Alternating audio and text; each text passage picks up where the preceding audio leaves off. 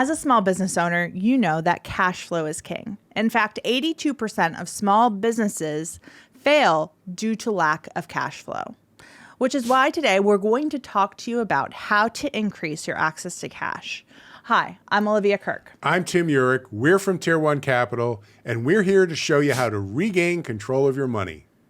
There are some small steps that every small business owner could take to increase their access to cash, their ability to have full liquidity, use, and control of that capital for when things go awry, whether that be making payroll, hiring new people, investing in equipment, investing in new technology. All of these things are inevitable and they require access to capital. So how could we position you as a small business owner to take advantage of opportunity rather than be a victim of circumstance outside your control?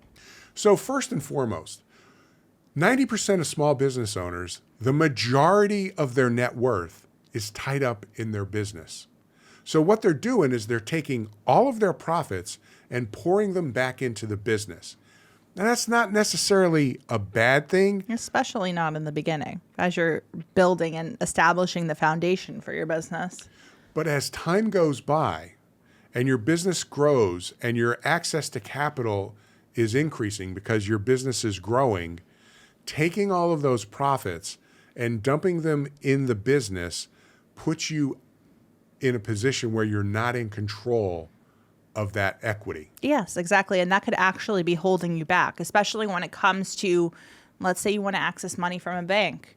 What they're going to look at is not how much inventory you have. They're going to look at how much money you have so they could determine how much money they want to loan you.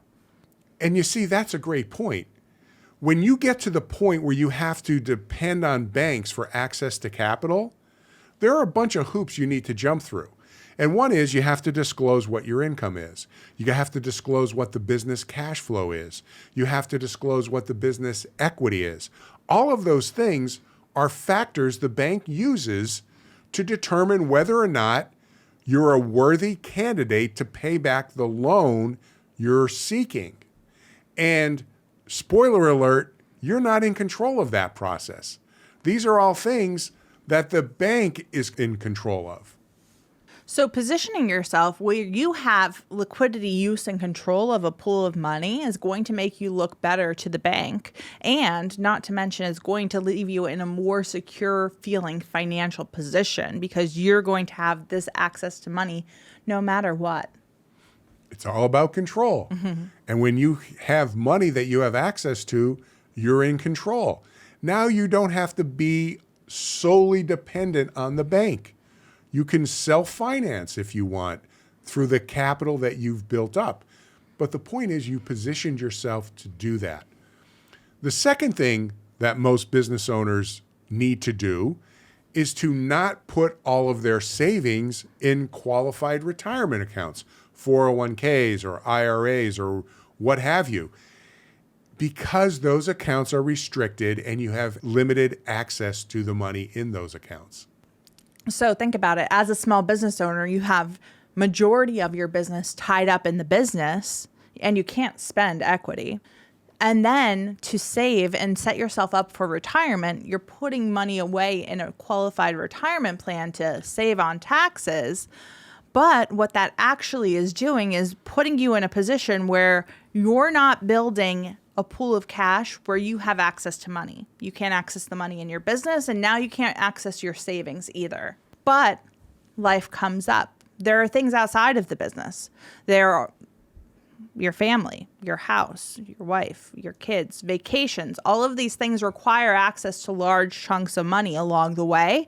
And if you're doing these two things, you're not necessarily going to have it. And so what's going to happen? You're going to be dependent on banks and credit companies to access that money to accomplish these other short-term and goals that come up throughout your life. And then the third thing is taking your profits and paying cash for large purchases. So when you do that, yes, you save on interest you could have paid or you would have paid had you financed, but you're now giving away control of those profits to the vendor that sold you the equipment or the inventory or what have you.